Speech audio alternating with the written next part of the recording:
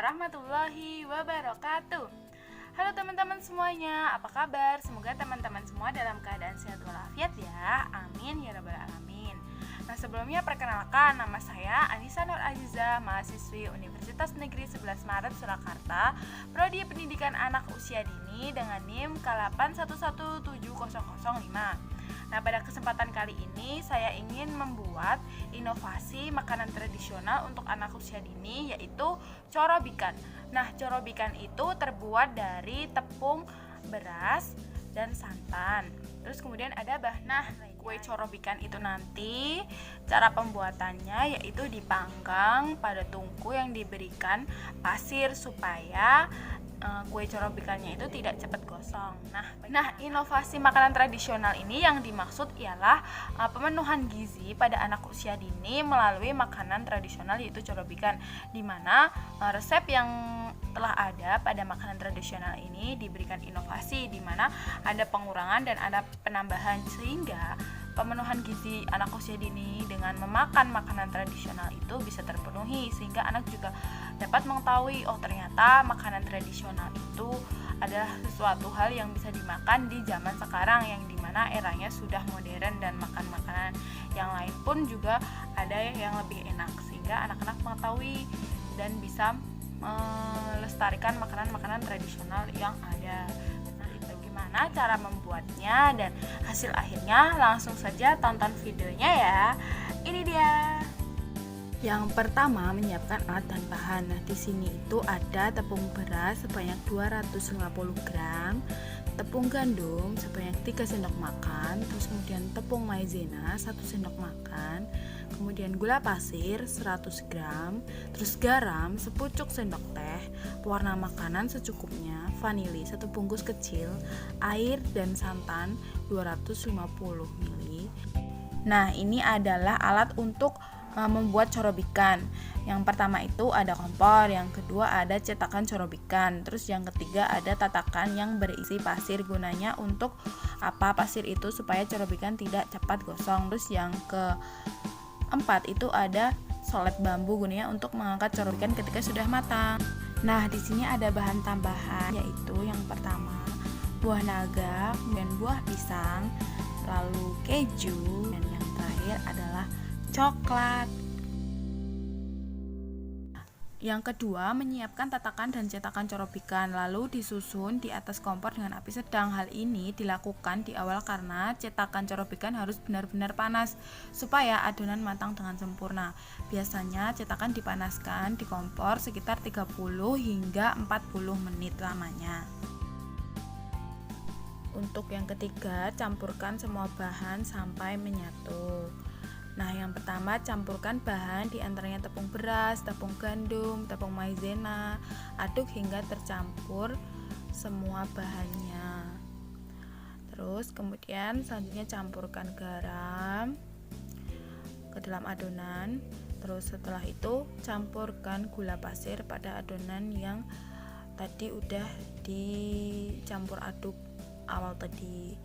Terus selanjutnya itu campurkan vanili. Nah, vanili ini nanti menambahkan cita rasa, yaitu manis dan gurih. Nah, selanjutnya itu campurkan santan sedikit demi sedikit pada adonan. Lalu sedikit demi sedikit dulu supaya nanti takutnya keenceran atau gimana. Nah, terus diaduk. Setelah diaduk, dilihat dulu apakah ini sudah sesuai atau belum. Selama diaduk juga dilihat adonannya apakah ada bahan yang kurang, terus kemudian ditambah, diaduk lagi hingga semuanya tercampur, dan dilihat juga konsisten adonannya apakah sudah sesuai dengan yang diinginkan. Nah, terus kemudian intinya semuanya diaduk dengan rata supaya bahan-bahan yang dicampur ini tercampur secara keseluruhan, supaya semuanya menjadi menyatu dan rasanya pun juga sesuai. Seperti itu teman-teman. Nah, secara terus mengaduk dan ternyata masih kurang, ditambah lagi adonannya. Maksudnya dilakukan pengadukan sampai benar-benar tidak ada gumpalan dari tepung yang tadi dicampur di awal. Namanya bisa campur antara tepung gandum, tepung maizena, terus tepung beras, kemudian garam, vanili, gula, dan air santan tercampur dengan rapi. Selanjutnya masukkan 1 butir telur dalam adonan, lalu aduk hingga tercampur rata. Nah, fungsinya telur ini nanti membuat adonan menjadi lembut atau empuk. Kemudian bagi adonan menjadi 3 wadah untuk dicampurkan pewarna yang berbeda masing-masing wadah. Selanjutnya tuangkan pewarna pada masing-masing wadah, lalu aduk hingga tercampur. Selanjutnya diamkan adonan selama 15 menit supaya adonan semakin tercampur dengan alaminya. Setelah semua siap, tuangkan adonan pada cetakan. Dalam proses memasak adonan carabikan cukup lama, sekitar 15 hingga 20 menit. Masukkan adonan ke setiap lubang pada cetakan hingga penuh. Kemudian tutup cetakan. Kira-kira setelah 15 menitan, angkat adonan dari cetakan corobikan menggunakan solet bambu. Lakukan hal seperti ini berulang kali hingga semua adonan terangkat dari cetakan corobikan. Saat mengangkat cetakan corobikan, hati-hati ya supaya cetakan tidak rusak dan hasilnya bagus. Nah, kali ini waktunya untuk menghias. Masukkan atau letakkan corobikan ke dalam mika, lalu berikan topping pada corobikan menggunakan serutan coklat, serutan keju, terus potongan buah naga dan potongan